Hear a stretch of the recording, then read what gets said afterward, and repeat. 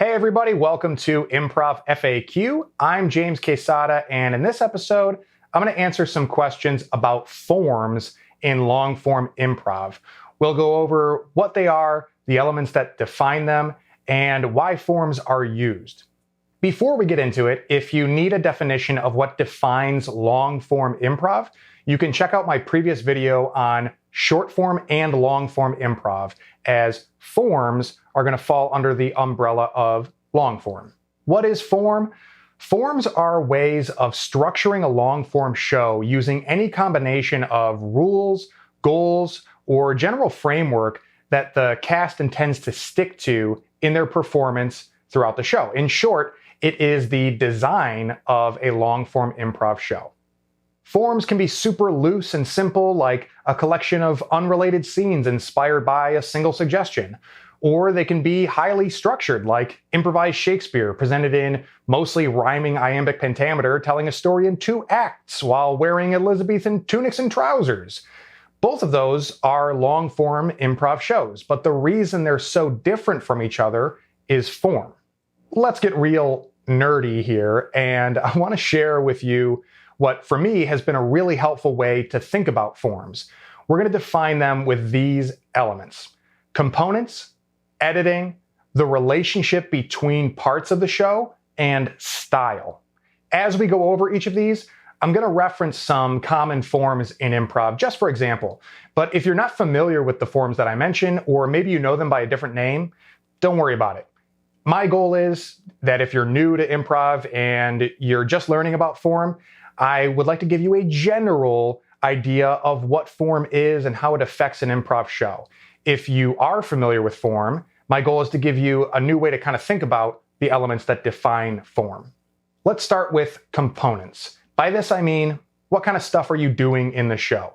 What are the ingredients? Scenes, monologues, interviews, songs, abstract group games, third-person narration? What is your show made of? Just about any long-form show, or improv show for that matter, is going to include scenes between characters.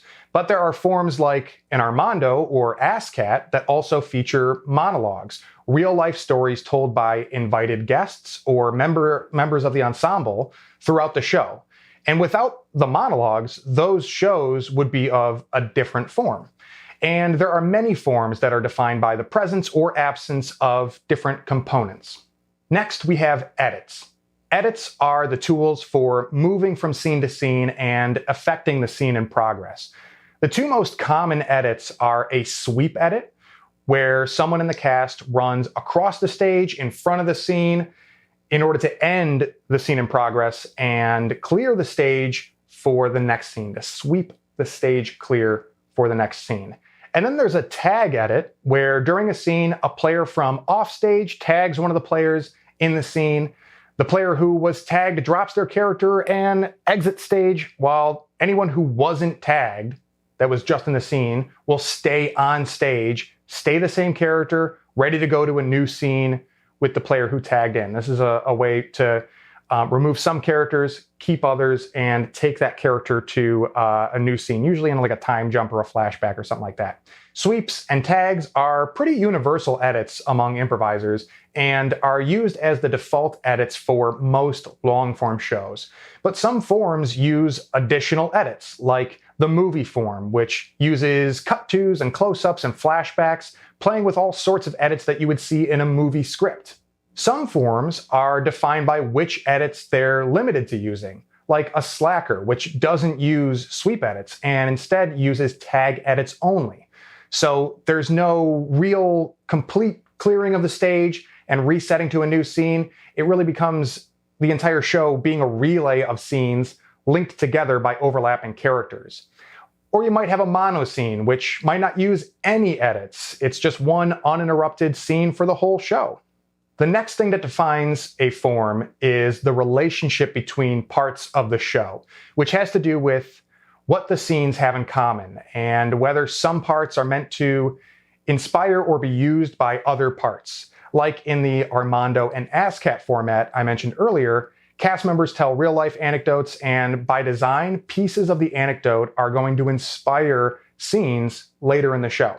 Scenes might all share a common theme or center around particular characters or locations, like in a close quarters, where all the scenes take place in locations that are adjacent to each other or next door to each other and concurrently with each other, so that there are overlapping spans of time in each scene.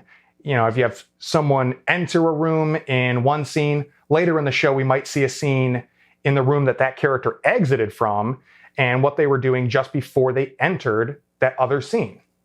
Relationship between parts also has to do with the order of scenes. Are the scenes telling a linear narrative? Do we see the end first and the beginning last? Or do we see one scene multiple times and every other scene only once? And last, we have style. Style can be expressed through genre, pacing, tone, staging, and other aesthetic choices like using props, costumes, or music and technical elements like lighting and sound design. Genre is the easiest and probably most common example of style. If you're doing improvised sci-fi, you're going to use characters and settings and themes that you would see in science fiction. But there are other forms that are heavily defined by their style in a way that isn't necessarily genre-based, like the JTS Brown, where the edits are transformative, abstract, and surreal, and so is the relationship between scenes. And while the show is still aimed at strong, coherent scene work, the style of that show is that it follows dream logic, allowing for streams of consciousness and one part of the show to transform into the next. Or a show that I worked on called Character Fondue, where all the players would show up to play in fully costumed characters and with whatever props they felt like having on their person. And they would improvise a show just as a mixed bag of fully outfitted characters. And there's plenty of ways to have a show that features strong characters who mix and mingle in scenes, but the aesthetic choice of actually using costumes and props is less common and a defining feature of that show. Other production elements like lights and music might be used to enhance characteristics of the form, or they might be an essential feature of the form, like with musical improv or a bat, which is an improv show in the dark. Forms won't always be defined equally by their components, edits, relationship between parts, and style. More often, you'll see a form that is heavily defined by its genre, or a show that has no style or genre, but has a unique opening component, or a form that uses a particular edit a lot. And some forms are harder to define because they either go out of their way to make use of all of these elements in rotation, or because they have no rule against any of the elements, but also don't go out of their way to include anything beyond the basic scenes and sweeps and tags. What's the point of forms? Forms can serve as a shorthand for improvisers if you're playing as a guest in each other's shows or to workshop things in rehearsals. Forms are also useful as a tool to help improv teams distinguish themselves and their show in an ever-growing number of improv shows. And improv forms are a great way for improvisers to challenge themselves, to work within parameters and see how creative you can get within rules and limitations, kind of like poetry. Now, when it comes to form, it can be pretty easy to get hung up on doing a form correctly.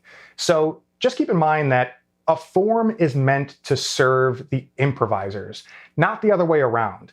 Any good form is going to demand good qualities of improv. So whenever you're working with form, make sure that you're considering what each of the elements have to offer, what qualities of a show the form is challenging you to exercise, and that those are things that you're interested in working on and getting better at.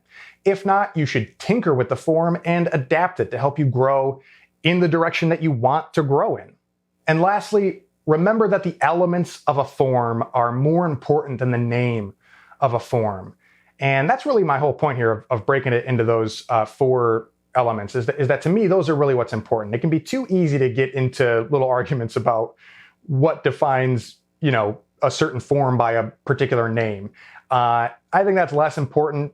The name is only helpful for that shorthand reference. And even then, unless you're talking in a group that all learned from the same person or from the same theater, it's better not to assume that everybody has the same definition of a form by the same name. Instead, try to talk about the elements that you're interested in playing with.